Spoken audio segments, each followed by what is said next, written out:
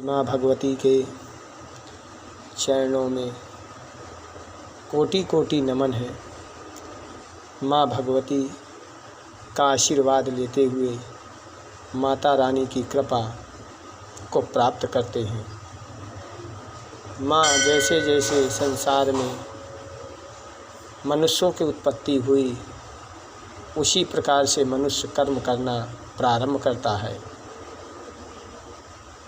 सांसारिक जीवन में विलीन होकर के मनुष्य अपने कर्तव्यों को पूर्ण रूप से निर्भय हो जाता है और माँ भगवती की कृपा को प्राप्त करने लगता है।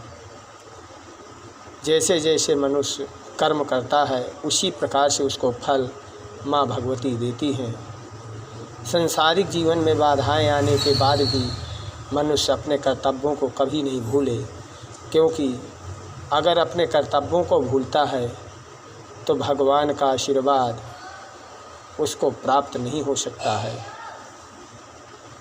सांसारिक जीवन में आते हुए भी मनुष्य अपने कर्म को करता रहे और ईश्वर की प्राप्ति करता रहे, तो उसके जीवन में कभी बाधाएं उत्पन्न नहीं होती हैं।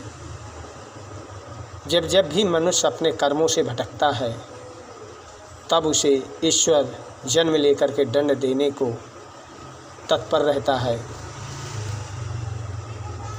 सांसारिक जीवन में आकर के भी मनुष्य बुरे कर्मों को करता है और बुरे कर्मों के अधीन ही वह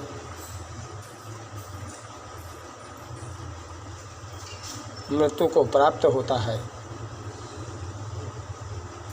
जब जब भी माँ भगवती की उत्पत्ति हुई, सांसारिक जीवन में जो भी बाधाएं आती हैं, उनकी सभी बाधाओं को नष्ट किया जाता है। मैं भगवती के चरणों में कोटि कोटि नमन करता हूँ और माँ का आशीर्वाद प्राप्त करते हुए सांसारिक जीवन के बाधाओं से विहीन होकर के माँ भगवती के चरणों में कोटि कोटि प्रणाम करता हूँ। जब जब भी माँ का आशीर्वाद मिला या प्राप्त हुआ, तब तब हमें खुशियाँ प्राप्त होती हैं। हर मनुष्य माँ के आशीर्वाद को नहीं प्राप्त कर पाता है, क्योंकि उतने कर्तव्य वो नहीं कर पाता है जिससे भगवती का आशीर्वाद प्राप्त हो सके।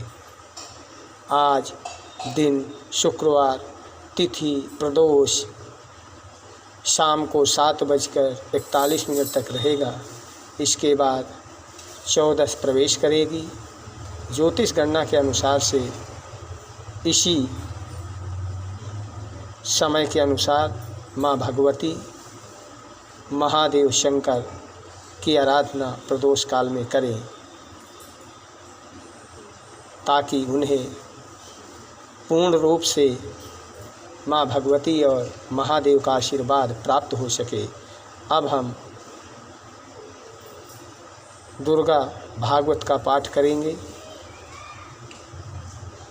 दुर्गा भागवत का पाठ करते हुए माँ का आशीर्वाद प्राप्त करेंगे।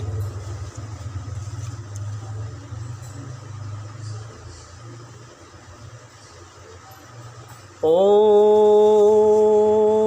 एकाकी समारूढ़ा जंगाम गहने वनम शातत्र श्रोमशाश्रिदो द्विजवचश च मेधशः। मार्कंडेय जी कहते हैं कि वहाँ उन्होंने विप्रवर मेघा मुनि का आश्रम देखा और वहाँ कितने ही हिंसक जीव अपनी स्वाभाविक हिंसा वृत्ति छोड़ करके परम शान भाव से रहते हैं और मुनि के बहुत से शिष्य उस जीव की शोभा बढ़ा रहे थे। बोल सच्चे दरबार की जय हो, जय माता दी।